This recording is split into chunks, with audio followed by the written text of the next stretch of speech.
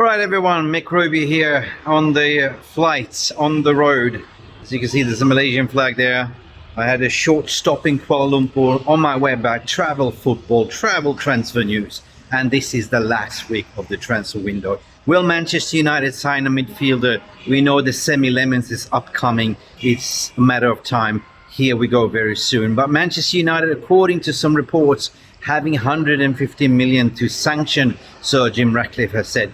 150 million, 150, I repeat, for a midfielder and a goalkeeper. That begs the question, who will Manchester United sign in the middle of the park?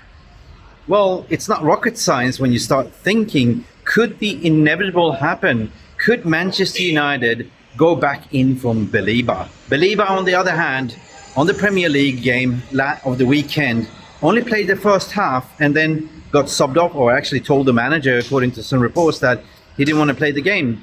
Does he know something that we don't know? The Manchester United are kind of potentially coming back in for him this late of the window.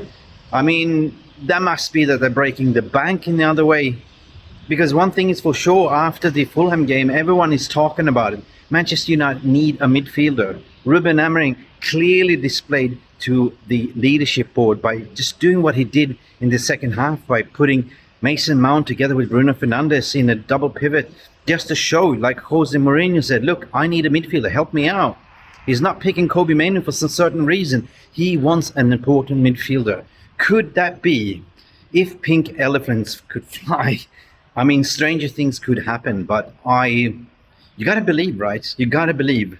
That meeting that I had with Brighton was initial with intermediates. And the initial conversation they had with Paul Barber was pretty much to understand. They said, not for sale. If you're going to buy him, it's going to be over 100 million. But on the other hand, Ben Jacobs and myself also reported that, you know what? There is money to be spent there. There's money to be dipping into the next year's transfer window.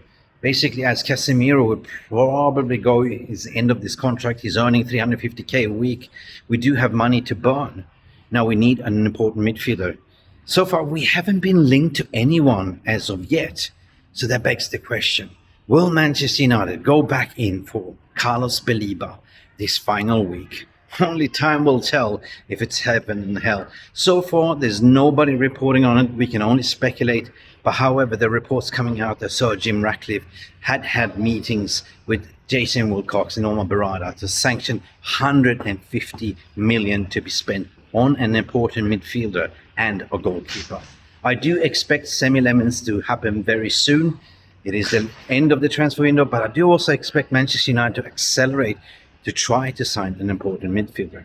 Anyway, guys, this has been a snappy little bit food for thought, but let me know what you think, because I certainly want Carlos Baleba, and I don't see Manchester United go for any other midfielder. Why would you? If the prime target is Carlos Baleba, why would you go for the second best? Why would you go for a lengthy discussion with Morten Hjulman and dealing with Sporting Lisbon?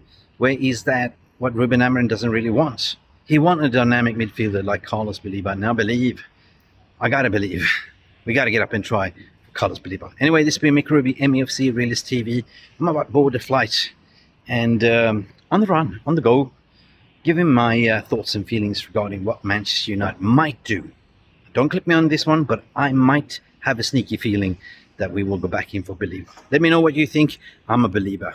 When I see your face, dun, dun, dun, dun, yeah, I'm a believer. See you later. Send it.